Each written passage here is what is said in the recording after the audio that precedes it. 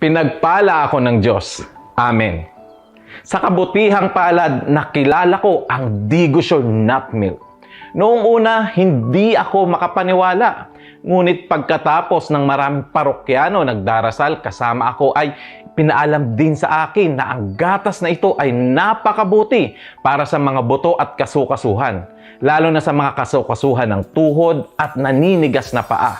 Dahil sa positibong feedback ng iba, humiling din ako na bumili ng 3 lata upang makakita kung paano ito gumagana.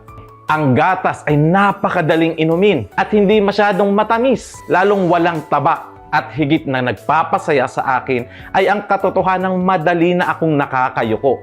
Mas bumuti ang aking kalusugan at nakakadalo na ako ng buo sa misa. Ito ay naiiba sa lahat ng mga linya ng gatas dahil ito ay inihanda mula sa natural na mani. Kaya ligtas nating magagamit ito nang hindi nababahala tungkol sa pagtaas ng timbang.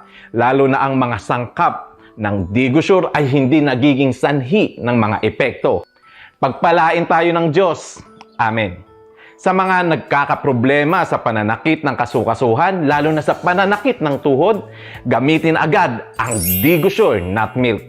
Hindi kayo mabibigo. Hayaan ang Digosure na gawing mas madali para sa inyo ang manalangin araw-araw.